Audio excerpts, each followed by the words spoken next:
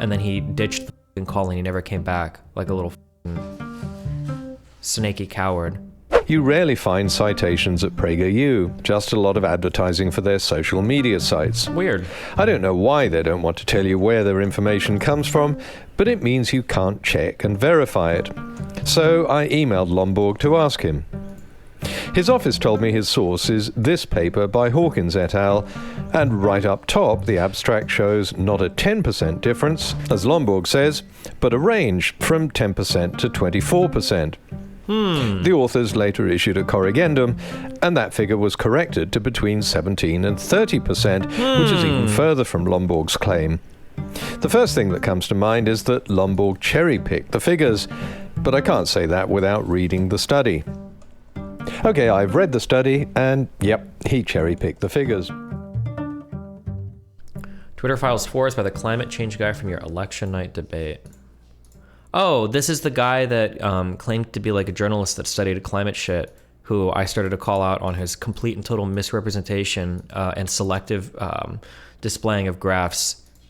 And then he ditched the fucking call and he never came back, like a little fucking snaky coward. Why would we do, just curious, as a data person, maybe you can answer this question. Why would you do the trends in heat waves instead of the average global surface temperature? And how is a heat wave being measured in this particular thing?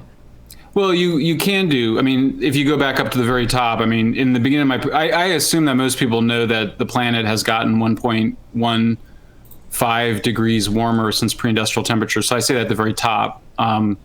But this one of the things that I'm curious about is, so for instance, if we define a heat wave as an aberration from like the norm temperature or whatever, it seems to me that if there was a warming of the global temperature, that a heat wave would become less possible because it would require a greater increase, a greater delta V of energy in order to actually cause a heat wave, right? Like it could be the case that if the average temperature was 70 degrees, having the temperature rise to 85 would be like a heat wave. But if the average temperature went up to 75, maybe the temperature would have to be even higher for it to be considered a heat wave. I just think measuring in heat waves it seems like a really interesting way to me to measure the data here. I don't know why you would do that. And then also keep in mind too, when you say that an average surface temperature increase of 1.15 degrees Celsius, it's always said that way as a way to downplay the increase in temperature. But that 1.15 C, that's not spread evenly across the entire globe, right? This is going to be unevenly distributed in different areas of the country that could impact things where like the band of like acceptable temperatures for certain agricultural activities is pretty narrow, no?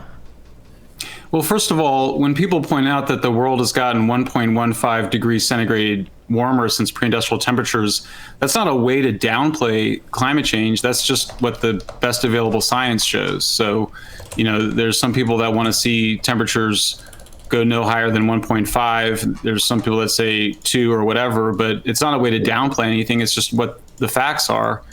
And then in terms of the heat wave frequency and magnitude, I mean, by the way, this is taken from the U.S. Global Change Research Program's He's not responding at all. He's like fourth National Climate Assessment. So this is not my data. I did not even make the graph. Oh no, did the journalist leave? I had so many questions. Oh God, no, he left. Ambiguous as to which precincts are reporting when. Dude, he cherry picked so hard from this fucking website. Judgment. You know, here in Luzerne, I think that website that he linked was his own. He cherry picked graphs so fucking hard.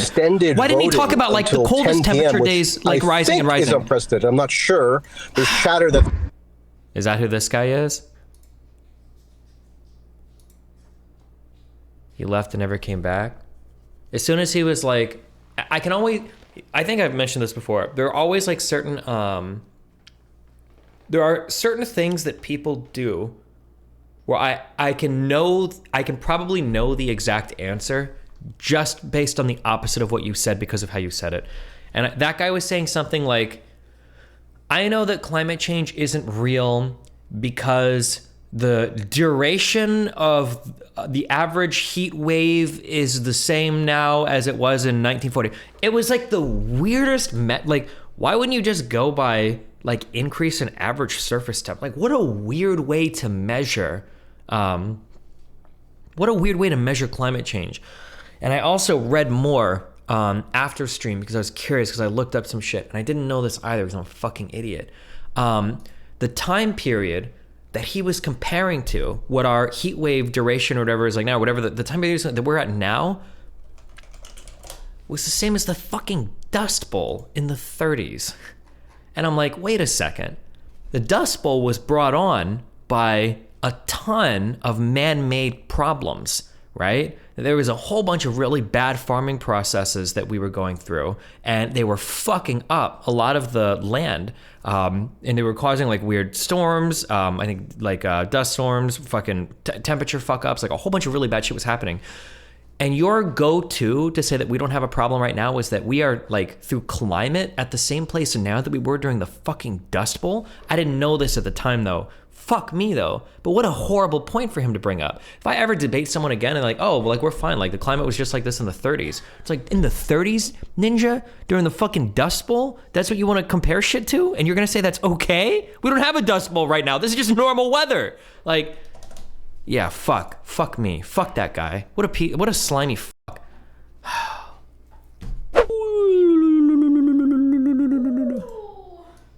Mel.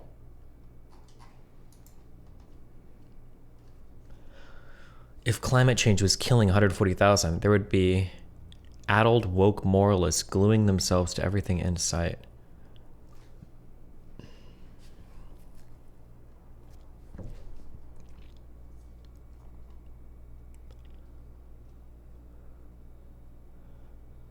What is the idea that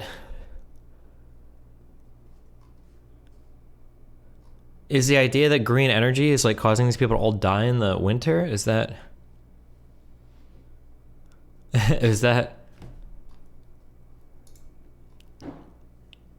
also, who is this guy? Now I read things. Oh, I shouldn't have clicked his profile because I was thinking I'm being biased.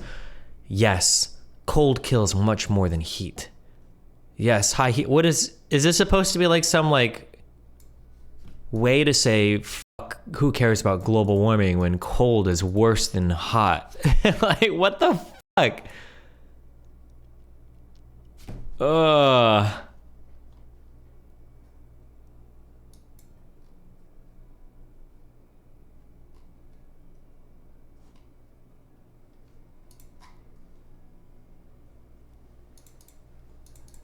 Bjorn is another skeptic, climate skeptic.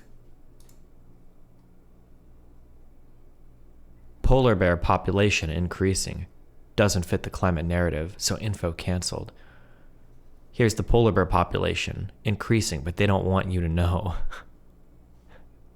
Oh my god. Base. Now here's an interesting thing I read in the blog Louder with Crowder. You know how pompous people with their Nissan Leafs and their... It tells me I apparently know that electric cars are driven by pompous people with a sense of entitlement, who believe they're saving the planet and think they're better than me because they care more. Do I know that? Uh-huh. Show them this. This turns out to be a video which Louder with Crowder assures us using things like science, facts, and math. And it comes from a university. Well, that sounds like a reliable source. The great people at Prager University have shown, with illustrations, that people who drive electric cars and think they're saving the planet are in fact borderline functionally retarded. Okay, just a reminder, Prager University is not a university. It's a YouTube channel just like mine. So like my channel, you have to check where its information comes from, however good its illustrations. I was going to include this in part 2 of my series, A Conservative Solution to Climate Change. But pulling the PragerU video apart was such a fascinating journey that I'm posting it separately. You'll have to wait a bit longer for part 2. Like most Prager University courses, as they're called, this is basically just a 5-minute video, presented here by Bjorn Lomborg. Do electric cars really help the environment? President Obama thinks so. So does Leonardo DiCaprio and many others. But since the physics of car emissions is a scientific issue, not a political or a thespian one, isn't the more important point that scientists think so? The energy efficiency of cars is not based on the beliefs of left-wing actors and politicians, but meticulous scientific studies. So instead of watching the unequal fight of Lomborg taking on Obama and DiCaprio, let's put him in the ring with some actual scientific research and see how his claims stand up to scrutiny. First, there's the energy needed to produce the car. More than a third of the lifetime carbon dioxide emissions from an electric car comes from the energy used to make the car itself. This is true. Making an electric car uses more energy than making a gasoline-powered car, mainly because the making of a battery is very energy intensive. So researchers look at the lifetime carbon footprint of an electric car, including production, driving usage, and scrapping. Around 1/3 of the carbon footprint, sometimes more, can be taken up in just making the vehicle, as Lomborg rightly points out. What Lomborg doesn't tell us is how that compares to the production of a gasoline-powered car, so let's take a look. Turns out that only 1/10 of the gasoline car's carbon footprint comes from production, which sounds good. So why doesn't Lomborg mention it? Well, because the reason for the smaller ratio is that gasoline cars use a huge amount of energy just being driven around. So despite the smaller amount of energy used in manufacture, gasoline cars have a much higher overall carbon footprint than electric cars. Diesel cars are much more fuel efficient, but even that doesn't bring their overall carbon footprint below electric cars. Jesus, are diesel cars really that much more fuel efficient?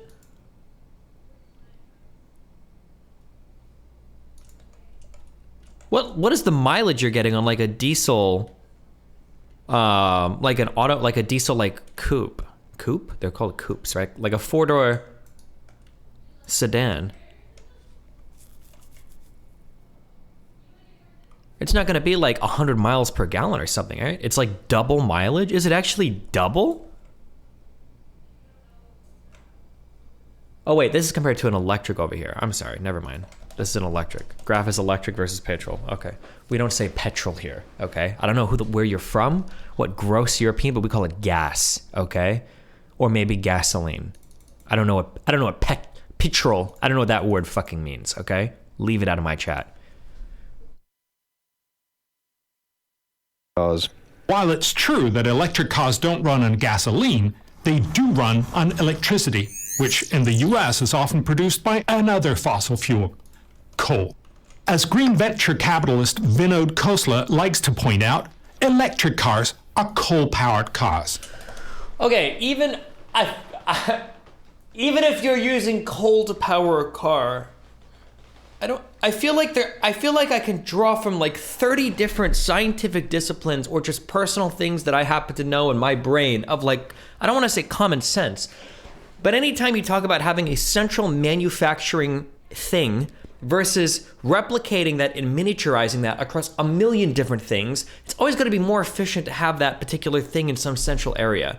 Like, that just seems so painstakingly obvious that if I have one big power plant versus 1,000 miniature power plants, the big power plant is almost always going to be more efficient. So even if it was the case that your power grid is using 100% coal, it's probably still going to be more efficient than every single automobile's individual power plant, right? Like, just think about how many parts you've got to duplicate, how much more weight, how many more things that are going wrong, how many like prone to failure, like parts being replaced, like it's just okay.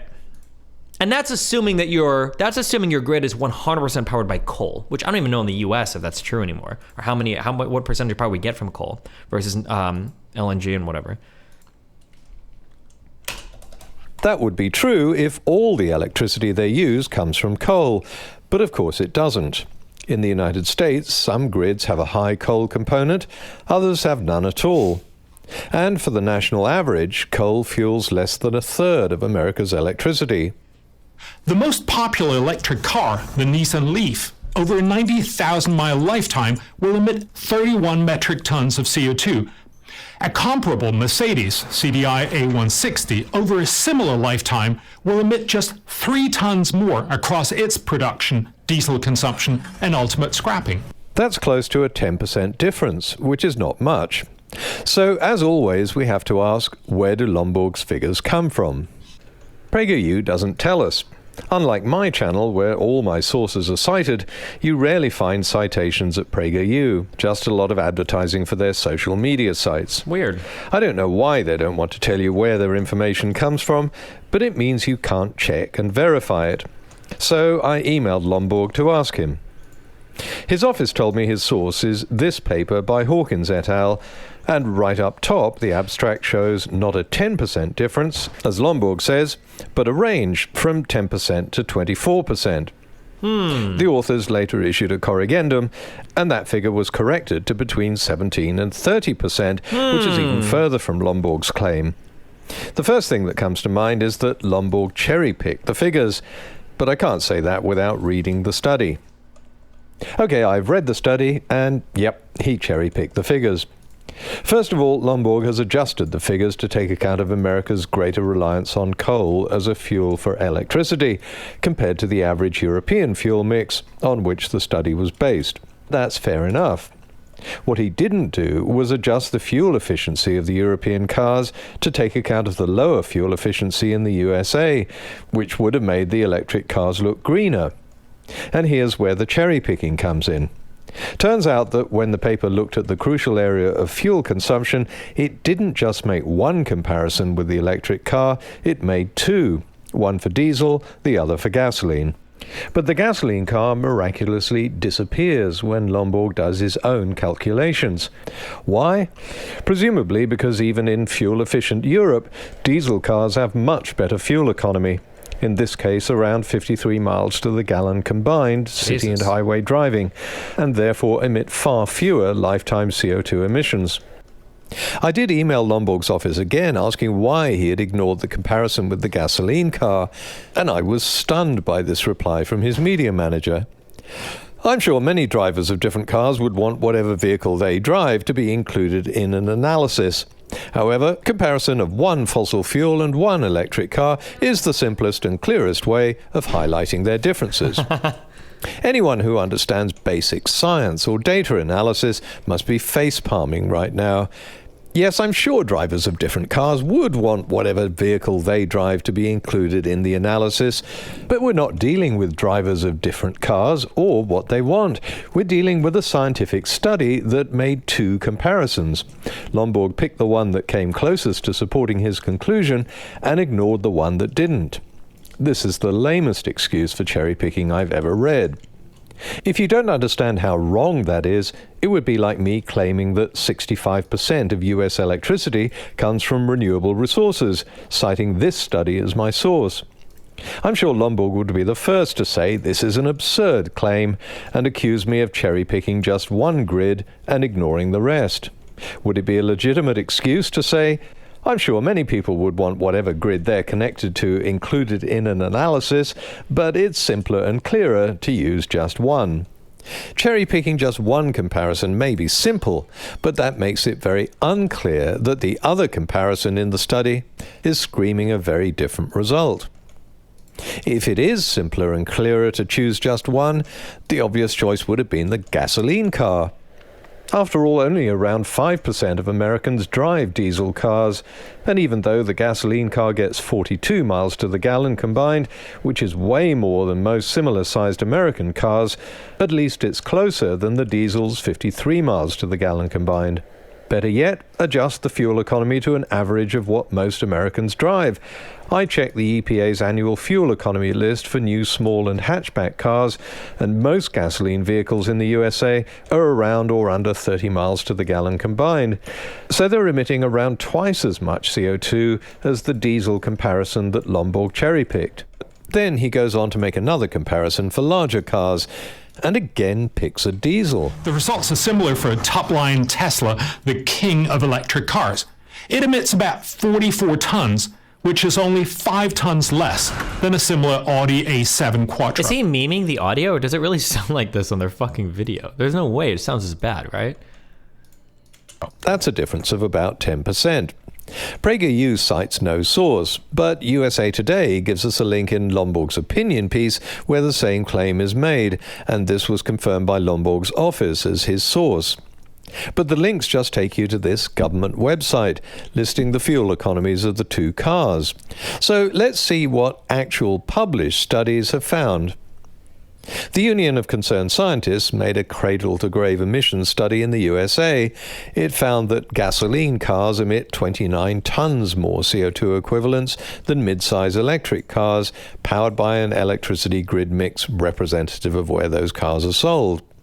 and 54 tons for large cars. That's 51% and 53% lower, respectively. It's important to point out that where the cars are sold is not the same as the grid average, and it brings me back to that all-important point. The carbon footprint of electric cars depends on the fuel mix of the grid where they're charged and the fuel mix of the grid where the batteries are made. The UCS study shows that different US grids have markedly different fuel mixes. Even where a grid has a high component of coal-fueled electricity, the car can still have a low carbon footprint by being produced and charged off-grid. Tesla, for example, is building huge battery manufacturing plants in Nevada and China, powered by solar energy. As for charging off-grid, the UCS study cited a 2013 survey showing that 32% of respondents who bought electric cars had solar panels on their roofs, and 16% intended to install them. Another factor is urban versus highway driving. The gap between gasoline and electric is much larger in cities for various reasons. For one thing, gasoline cars use a lot of energy just idling in traffic. Another cradle-to-grave study done in France found that a small electric car emits 63% less carbon dioxide than a gasoline car from production to scrapping, and 70% if the cars are recycled. For a larger electric car compared to a larger diesel car, the difference is 44% to 57%. That's a saving of between 21 and 20 tons of carbon dioxide. But again, the study's results reflect the mix of fuels used. In France, most electrical energy is nuclear-powered, so electric cars there are much greener than they would be in Estonia, which is mostly coal-powered. But remember Vinod Khosla's observation. Electric cars are coal-powered cars. But we've already established that this observation is not an observation. It's a fallacy. Yes, it might be powered by coal, proponents will say. No, proponents of electric cars would not say that if they'd read any of the studies. They'd say that most electric cars are partially powered by coal, and they'd point out that many aren't powered by coal at all. But unlike the regular car, coal plant emissions are far away from city centers, where most people live, and where damage from air pollution is greatest. New research in the Proceedings of the National Academy of Sciences found that while gasoline cars pollute closer to home, coal-fired power actually pollutes more, a lot more. How much more? Well, the researchers estimate that if the US has 10% more gasoline cars in 2020, 870 more people will die each year from the additional air pollution. Damn. If the U.S. has 10% more electric vehicles powered on the average U.S. electricity mix, 1,617 more people will die every year from the extra pollution. Matching the figures Lomborg uses with the name of the journal he gives, I think he's talking about this 2014 paper by Tessum et al. If so, he's absolutely right. That's what the paper found. But that's still not the whole story, because if burning more coal leads to more deaths, then surely burning less coal would lead to fewer deaths, wouldn't it? And the Tessum study found exactly that. The red circle in the middle shows the number of deaths from a 10% increase in electric cars if that electricity is sourced by the average US fuel mix, compared to gasoline, circled in red at the top. As Lomborg correctly reports, that's 1,617 more deaths. But the researchers also concluded that if natural gas was the source of that electricity, shown by the red circle near the bottom, there'd be less than 500 extra deaths. That's far fewer than the 870 deaths from gasoline-driven cars. Better yet, the authors found that if electric cars sourced their energy from renewables, wind, water and solar, the number of deaths would be cut even further to less than 200, most of that coming from emissions during production. So if we're worried about deaths caused by coal-burning power stations, the obvious solution is to replace them with cleaner energy sources. That's already happening, which brings us to the next question. Won't the perceived rapid ramp-up of these renewables make future electric cars much cleaner? Unfortunately, this is mostly wishful thinking. Today, the U.S. gets 14% of its electric power from renewables. In 25 years, Obama's Energy Information Administration estimates that number will have gone up just 3 percentage points to 17%. I don't know why Obama's name keeps popping up, because this Wait, who's this in chat? If you're interested, I had a layman debate with Destiny 1 week, uploaded as crazy climate debate catches Destiny off guard. Wait, are you the guy that had the had the chart with the dots? This is supposed to be a scientific question, but just to clarify, this isn't Obama's Energy Information Administration. It's a Federal Statistics and Analysis Office that's been operating under 7 different presidents of both political parties and is still going strong today. And it shows that the United States is already getting 17% of its electricity from renewable energy. And that's just the US average, which includes areas that have little interest in renewable energy and no targets. If we look at the states that do, many of them are looking at renewable targets of 20 to 30%, well before 2040.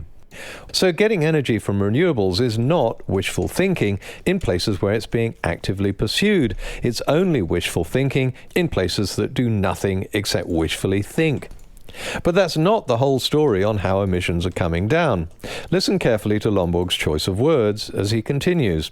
Meanwhile, those fossil fuels that generate 65% of U.S. electricity today will still generate about 64% of it in 2040. So it sounds as though coal will still be generating the same amount of electricity as it does today. But Lomborg doesn't use the word coal here, he refers to fossil fuels. Which is odd because there are 2 main fossil fuels generating electricity, coal and natural gas. And the EIA always differentiates between them. So why did Lomborg suddenly change the EIA's classification here and lump them together? It might have something to do with the fact that these fuels have very different emissions profiles. Natural gas is a lot less polluting and releases far less CO2 than coal. So if the mix of fossil fuels changes, that would affect the carbon footprint of electric cars just as much as changing the percentage of renewables. So let's look at the figures. The 2015 EIA report, the latest one available to Lomborg when he made this video, shows that in 2013 coal comprised 39% of the total. That's the dark grey. Natural gas, in red, was at 27%. The same report predicted that by 2040 the proportion of coal would fall to 34% and natural gas would rise to 31%. So by lumping them together, Lomborg can make it look as though nothing is changing. The overall percentage stays the same. But that disguises the fact that because of the changing mix, these fossil fuels will produce less CO2 and be a lot cleaner. It's on top of that that we have the rise in renewable energy. Even those projections are now obsolete. According to the latest EIA report, coal has already fallen way below 34%, 22 years ahead of prediction. Natural gas has already surpassed 31%. So the fossil fuel mix has already shifted in favor of lower CO2 emissions. Lomborg's next complaint is about the making of the electric car itself, especially the battery. The mining of lithium, for instance, is not a green activity. That's true. Lithium mining does a lot of environmental damage. Just look at this lithium mine in South America. As well as the horrendous scar on the landscape that you can see, what you can't see is the water taken to extract the lithium, which leads to depletion from local farms. In Tibet, chemicals used in lithium extraction have leaked into rivers, killing fish. Tailings from lithium mines worldwide blot the landscape and contaminate the water table. Clearly, Lomborg's right. Lithium mining is not a green activity. But of course neither is oil sand mining to make gasoline, or oil shale mining, or oil extraction by other means, like in situ oil shale extraction and oil drilling, or like the transport of oil. Oil leakage and spills also contaminate water supplies and kill fish. Oil pipelines are a blot on the landscape and block animal migration routes. Is the environmental damage done by oil worse than lithium? That would be useful to know, but for some reason, Lomborg only mentions lithium. While electric car owners may cruise around feeling virtuous. Okay, again, personal feelings towards electric car owners are irrelevant because that's not science. Whether you feel people who drive electric cars are feeling virtuous or pompous or driving with a sense of entitlement, that shouldn't be a factor in deciding whether electric cars are greener than gasoline cars. It's possible these people drive electric cars because they're great value for money. Even without tax breaks, electric car prices have come down so fast and are so cheap to run that owners have simply done the math. According to an article in Forbes magazine, once you figure in the cost of ownership, especially maintenance and fuel, electric vehicles are a bargain despite the upfront price tag. If you buy an electric vehicle rather than a gasoline-powered one, you're probably going to save a lot of money during the time you own it. You don't need to be a member of the Sierra Club to see the appeal of going electric. So maybe these buyers aren't borderline functionally retarded, maybe they've just gone through the figures and are smart enough to understand basic economics. But even if electric car owners did have some sort of personality disorder that makes them feel virtuous or entitled, however much Lomborg, Crowder or Kirchhoff may dislike that, it's still no excuse for misrepresenting scientific facts. While researching articles about electric cars, I was struck by how many of the negative ones were either written by Lomborg or were simply copies of his claims by people who hadn't bothered to check his facts. Time to Stop Worshipping the Electric Car by Bjorn Lomborg. Green Cars Have a Dirty Little Secret by Bjorn Lomborg. Electric Car Benefits, Just Myths by Bjorn Lomborg. Don't be fooled, Elon Musk's electric cars aren't about to save the planet. It's by Bjorn Lomborg. So Lomborg's war on electric cars has been going on for 5 years now, which would be fine if he could support his premise that they're not environmentally friendly. But if the only way he can do that is to make incorrect statements, omit information and cherry pick, then why? Wow. Now that's what I call a story that is very cool, bro. Okay. I wish I would have known all this information before he showed up on that fucking panel. All right, we're gonna watch a debate between that guy and somebody else soon.